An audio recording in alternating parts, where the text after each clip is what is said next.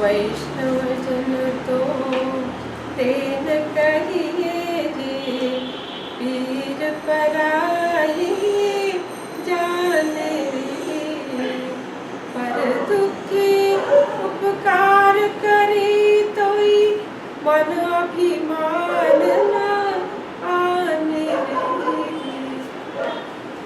I was blissfully listening to this favorite bhajan of mine on Indigo 91.9 on a lovely morning while traveling amidst the beautiful green paddy fields, and I suddenly jumped up when the drivers halted the car, brought it to a screeching halt, but was relieved when I saw a pack of chasing dogs escaped unhurt.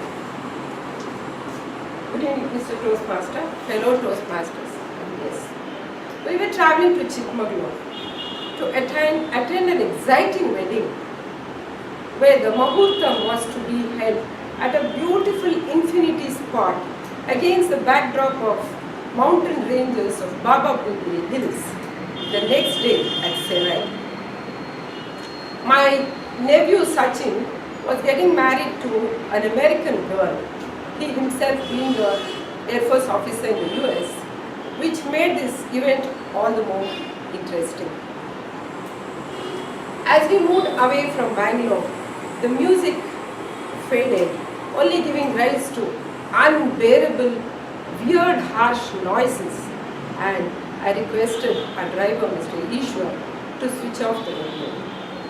This welcoming sound of silence made me wander mentally from the inventory of the jewelry and the clothes that I had packed in a hurry to a few of the songs that we had rehearsed to sing at the Sangeet that night.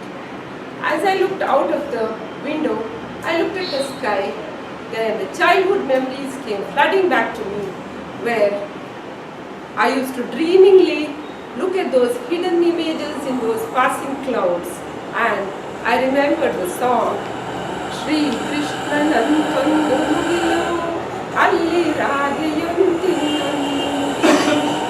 Padadari Kayuva Mugilu Jarakari Saragina Mugilu Mugilu Shri Krishna Nantandu Mugilu.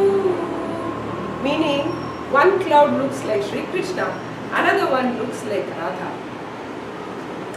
That morning was exceptionally beautiful, and I was extremely happy. And the children who were with me, my niece who was sitting on my right, and my son was sitting in the front passenger seat, were blissfully sleeping. As we moved on, I became a little alert as the road had suddenly narrowed, with more than half the width of the road on the right hand side was dug up for reconstruction, and the shrubs and the trees were being chopped for road widening. I noticed our driver let a speeding red bus overtake us, and this red wall of the bus literally put us in a blind spot, cutting the vision of the road ahead. And as the bus moved on this narrow stretch of uphill road, appeared a Toyota Qualis coming in top speed, literally for a head-on collision. My whole constitution switched over from the meditative mood to flightful mode. I jumped up, shook my head, pinched myself to see if I was watching a 3D movie or if it was for real. My heart was pounding, my mouth went dry, and deliriously I started chanting, Ishwar, Ishwar, please save us, Ishwar, do something, please.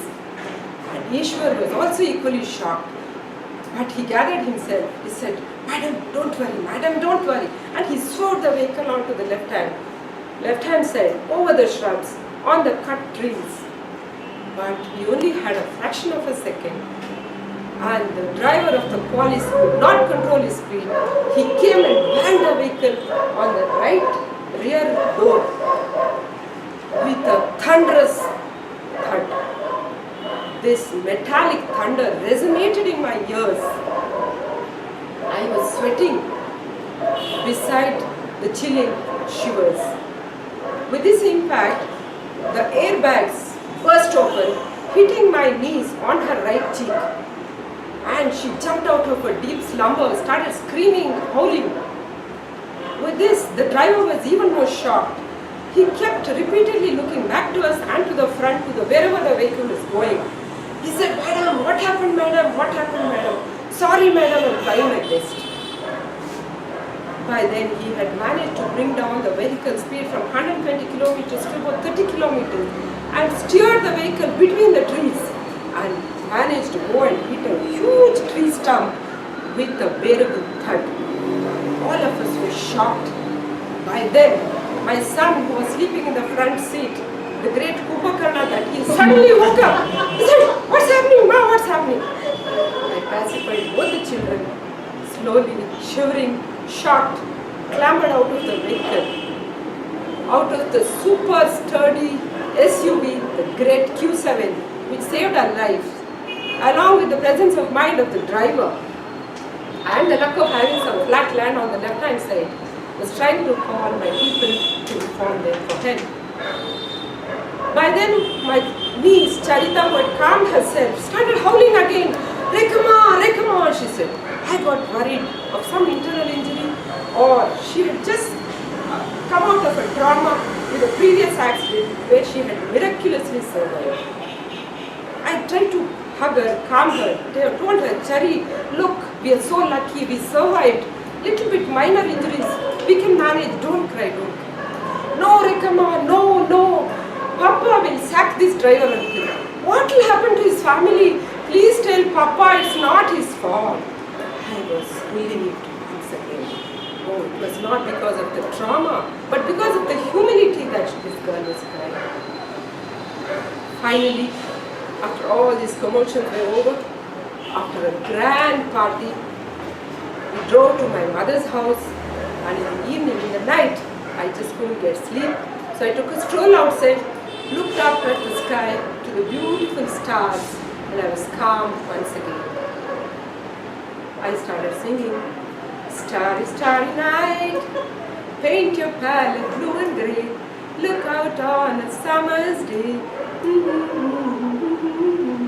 on the snowy hill